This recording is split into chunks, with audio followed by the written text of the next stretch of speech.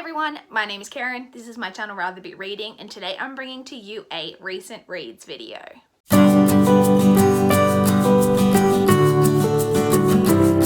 It has been a week since my last recent reads video. I have managed to read a total of 6 books over this past week, which I'm really happy with because I haven't completed any audiobooks. Just to recap, in case you're new here, I am currently on, well, I've finished my first week of leave. I'm currently between jobs, which makes it sound like I'm unemployed. I have a position and I left my other job, but I took a 3-week break in between. So I've still got 2 weeks left, and I generally listen to all of my audiobooks while I'm commuting and while I'm at my desk at work.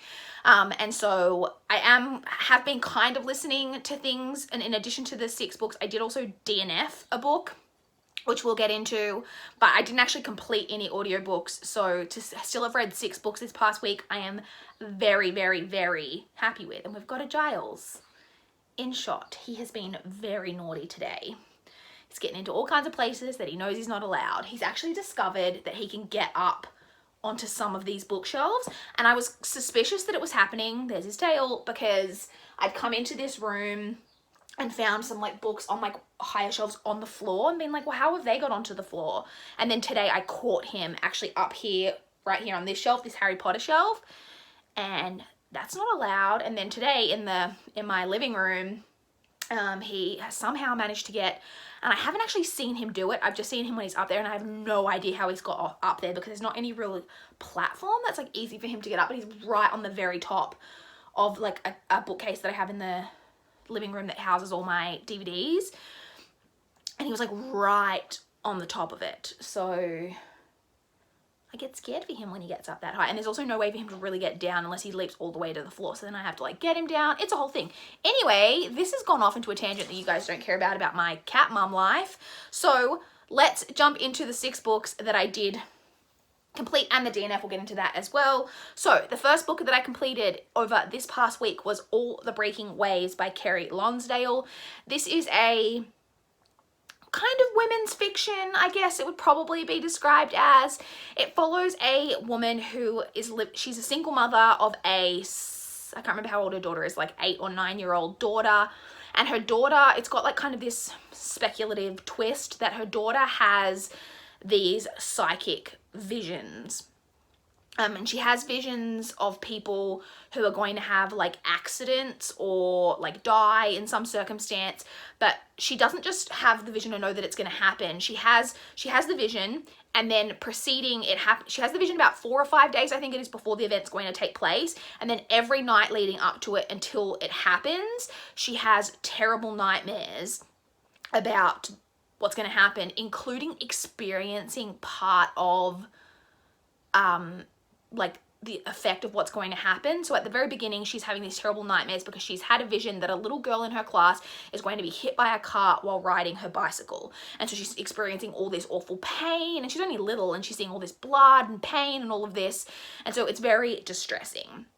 And we come to find out pretty early on, this isn't a spoiler, that all of this like psychic type of abilities run in the female line of this family, but the main character has been like suppressing her abilities for years, and she basically ends up returning to where she grew up, so that she can go back with her grandmother, so that her grandmother can help her like manage her daughter and help her with her abilities so that they can try and control it. But you get vibes that there's a lot going on. There's reasons that she has left the town, so on and so forth. That's the gist of the plot. I actually really quite enjoyed this. Yes, it was kind of cheesy in parts, but I love like a good like psychic type story, and I liked, you know, with it all coming down the female line, but like their powers like eventuating in like different ways. I really liked that. It was just fun, easy to read, quick, you know, easy read. I did think that the writing got overly detailed at some points. Like it was just a lot of, you know, like minutia of the daily life, like a lot of, then I made breakfast and I, you know, made eggs and toast, and then I washed the dishes, and then I, you know, just stuff like that. But I'm like, we don't need all of that in the story. But overall, I ended up really enjoying it, and I ended up giving it 3.75 stars. I then read Looking for Alaska by John Green. This is the 10th anniversary edition, which I got secondhand. It's a little bit worn. It's got this gold foiling and black sprayed edges. It's quite a nice addition, and it looks like a normal length book. It's not. Almost 100 pages of this is like, so the actual book itself is only like 270 pages. It's really short. And then there's like over 100 pages in this of like an interview with John Green, like a Q&A, and him commenting on the book 10 years on, and so on and so forth. So the actual book is only 270 pages, which I wasn't expecting it to be that short. But anyway, this basically follows a main character named Miles, who at the start of the novel is going to a boarding school, which I again didn't realize that this had a boarding school setting. Giles is just being real mischievous right now. Don't you even think about trying to get up on those shelves. Look at him. I don't know if you can see him eyeing it off. He's going to try to do something naughty. Don't even think about it. So he's going to a boarding school for the first time, and it's about the kind of the friends that he makes while he's there, and it's told in a before, like an after, and then there's an event that happens halfway through, and then it's like after the event, and so you're kind of building up to this event, and then the aftermath of the event comes later. I enjoyed this. It was fairly predictable. Like, you could tell the whole way through kind of what this event was going to be. I've heard a lot of criticism, I feel, of John Green's writing of teenagers. To me, I found that the teenage voices in this fairly authentic. Like, everything that was kind of happening in that, I thought, yeah, this is what teenagers do. So I don't know, to me it felt pretty authentic, although all of the characters are pretty cookie cutter. Like, there's nothing really like new. Look at him down there. Don't even think about it.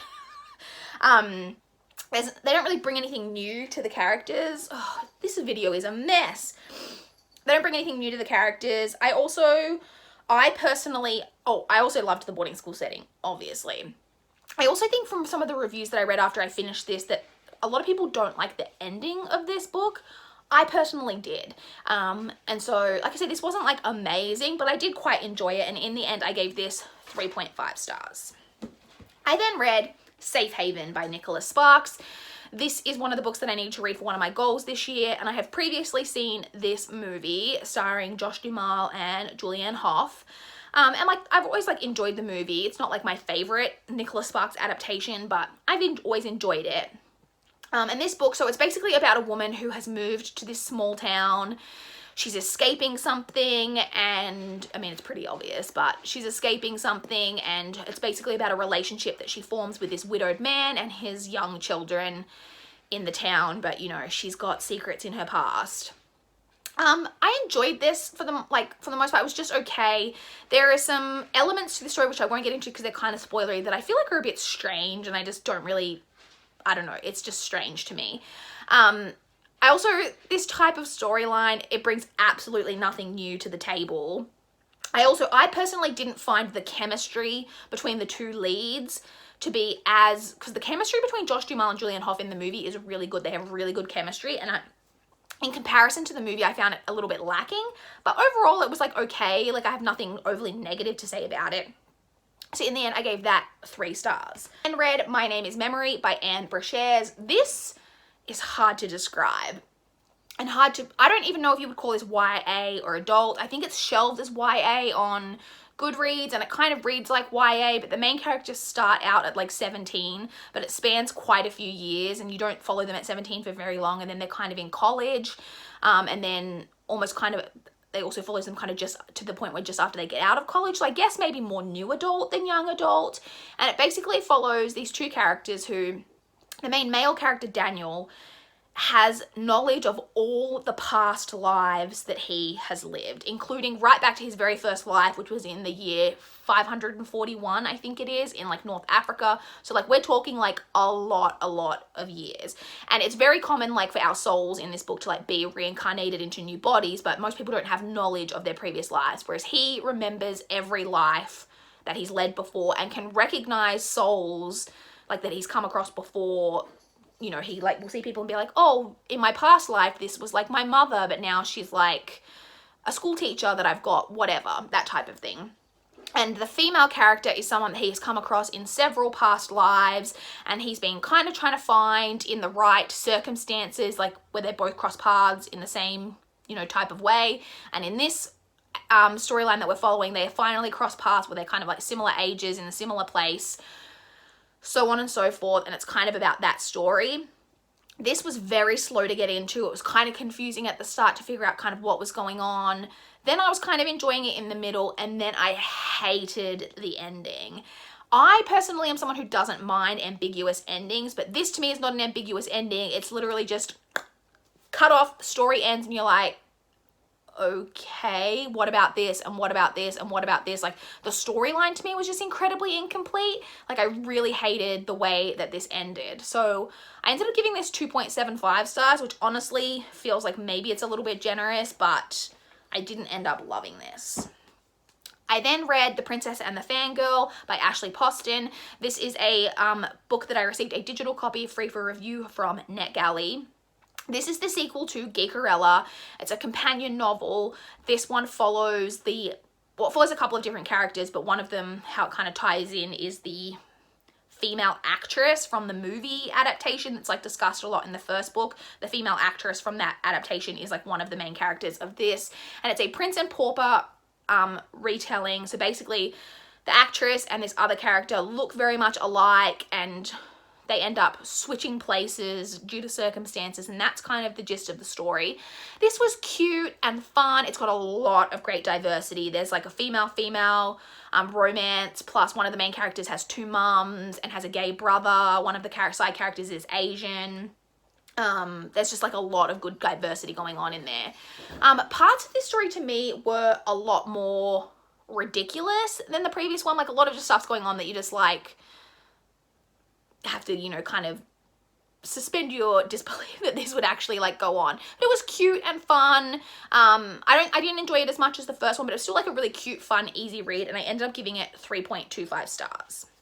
I then read Love Letters to the Dead by Ava DeLera. This is one of the like YA contemporary that was really hyped several years ago. This follows a character named, this is literally the last book that I've read, Laurel. Her name's Laurel, and she is dealing with a lot of grief. At the start of the story, you follow her for a year, basically through her freshman year of high school, and at the start of the novel, her sister May has recently died, and she's dealing with a lot of grief. Her family is going through a lot, and she is starting high school, and she's moving to a new high school, hopefully where people don't know her and know like what happened with her sister. And she is given a school assignment at the start in English to write a letter to a dead person. And so she starts writing letters. She starts off writing a letter to Kurt Cobain, and then basically the whole book is told in like, it's like basically a diary, but it's in the format of letters to different various famous people throughout. And you just kind of get her whole story of kind of her freshman year of high school. Huge trigger warnings in this for a slew of things: suicide, depression, sexual abuse, domestic abuse, homophobia. What else did I write? Anything else down? Oh, grief, obviously. A lot going on in this. I thought that this book had some pacing issues. It got really slow in parts and really like dragged in parts, but I did really enjoy particularly the side characters. I did like the main character enough, but the side characters for me were really strong. There's a romance in this that I really quite enjoyed. I ended up giving this 4 stars. I think this has a lot to say about grief and how different people deal with grief, and how people don't always respond in a way that is helpful for you while you're going through your grief, but they're going through their own grief. And so, you know, there's issues around that, which I found interesting to read. I ended up giving this 4 stars, like I said, because I couldn't give this any higher, despite the fact that a lot of this really did speak to me, and I cried a lot while reading this. Like, it did speak to me, but I felt very depressed while reading this. Like, it wasn't an enjoyable reading experience for parts of it. Like, I literally felt depressed while reading parts of this. So I do think this is a really like strong story. In the end, I gave this 4 stars. I then just want to quickly touch on the DNF that I had this week. I ended up DNFing the audiobook that I'd started, which was The Care and Feeding of Ravenously Hungry Girls by Anissa Gray. So as I mentioned, I'm not getting through a lot of audiobooks at the moment, and so this isn't necessarily like a DNF forever. It's one that I maybe would come back to because it's kind of a circumstances one. Because I'm only reading audiobooks like in little kind of chunks when I'm driving, or I've been going on a couple of walks with my parents' dog, and so I've listened to like more chunks kind of around then. I want to be reading something that I'm really engaged in and like really enjoying, and was just not the case with this book. This is a literary fiction that basically follows a family where it follows kind of a bunch of sisters, and the older sister, who's kind of the leader of the families, and her husband end up going to jail, and it's about the rest of the family dealing with that. They've got all kinds of issues in the family, and they're coming together to raise the daughters of the sister who's gone to jail. If I'm being perfectly honest, I was just really bored. And at first I was putting that down to the fact that I was reading this in really quite small chunks, and I was like, if I was reading this in like a big chunk, I think I would enjoy it more. But then, like I said, I went on a walk with my parents' dog, and I went on a walk for like 45 minutes to an hour, and I listened to the books on double speed. So I got through a good like hour and a half of the audiobook in that one chunk, and I was still so bored. My mind was just wandering. And so I just don't think this is the right audiobook to listen to like in little parts and like have to put it down and then come back to it. It just wasn't agreeing with me, so I decided to DNF that. Like I say, maybe in future I would come back to this, but I'm not sure, because like I said, I was just generally finding it really boring, sorry to say. And then very quickly, just to touch on my current read, I am currently reading Embrace by Jessica Shervington. This is a YA paranormal, I guess you would say, that basically follows, it's a guardian angel type paranormal story about a girl who discovers that maybe there's more to her than she knew about when she's turned 17. There's a very prevalent love triangle coming up in this, which I'm not a big fan of. But I'm currently on page 228, and it's just under 400 pages. So like, I'm a pretty decent chunk of the way through this. I would love to get this done today, but if not, I'll definitely get this done this weekend. So that is kind of what I'm currently reading. That is everything I've read, what I DNF'd.